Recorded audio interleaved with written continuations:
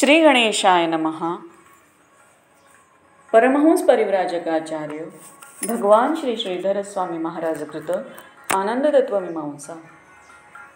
नमः शांताय दिव्याय सत्यधर्मस्वरूपिणे स्वानंदामृततृप्ताय श्रीधराय नमो नमः.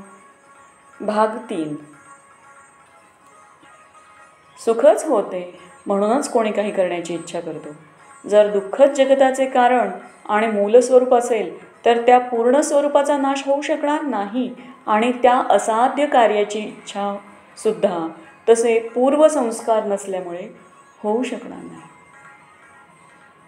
आणि दुसरे असे की आपल्या मूल स्वरूपाचा नाश म्हणजेच आपला नाश होणार असल्याने मूल स्वरूप दुःखाच्या नाशाची प्रवृत्ती कधीही होऊ शकत नाही.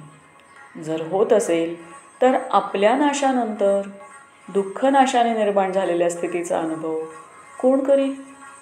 या दृष्टीने दुःखनाश असंभव होय. मग दुःखनाशामुळे एकमात्र सुखच राहील. दुःखाचा नाश तर झालाच.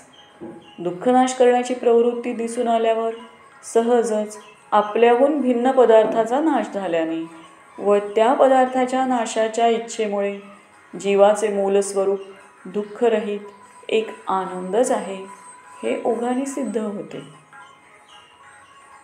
तात्पर्य या सर्व आधारवाक्यांवरून, युक्तितर्कांवरून आणि मुख्यतः आपल्या अनुभवावरून आनंद हेच या विश्वाचे मूलस्वरूप व सर्वाद्य कारण आहे हे सिद्ध होते.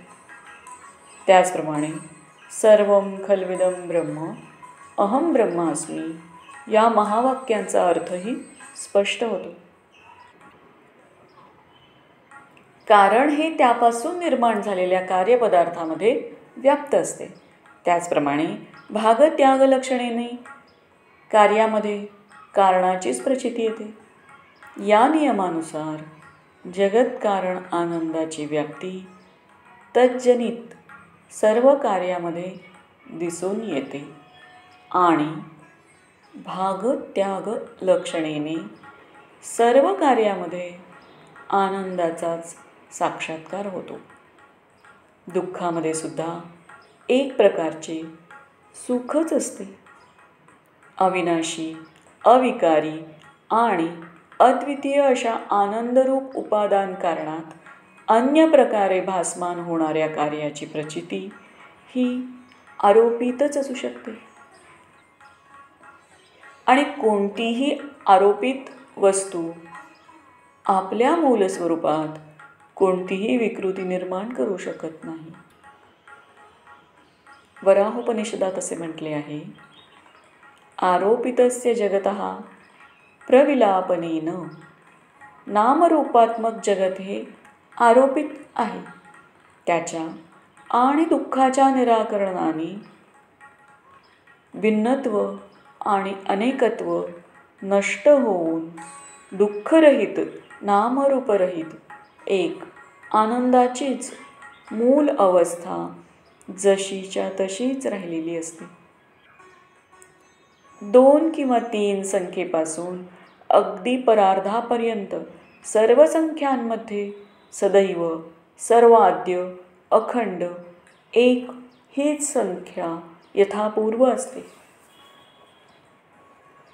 एक हीच संख्या सर्व पूर्व आणि सर्व कारण बनून राहिलेली असते. तसेच आरोपित नामरूपात्मक दुःखामध्ये दिसून येणाऱ्या भिन्नत्वात त्याचप्रमाणे अनेकत्वात सुद्धा सदैव एकमात्र अखंड सर्वाद्य सच्चिन्मात्र आनंदच असतो. सर्व पूर्व आणि स्वात्मरूपाने सर्व कारण होऊन तोच एक आनंद आजही सर्व कार्यामध्ये त्याच्या सत्यस्वरूपाने विराजमान होऊन राहिलेला आहे. जय जय रघुवीर समर्थ. श्रीकृष्णार्पणमस्तु. श्री गुरुचरणारविंदार्पणमस्तु.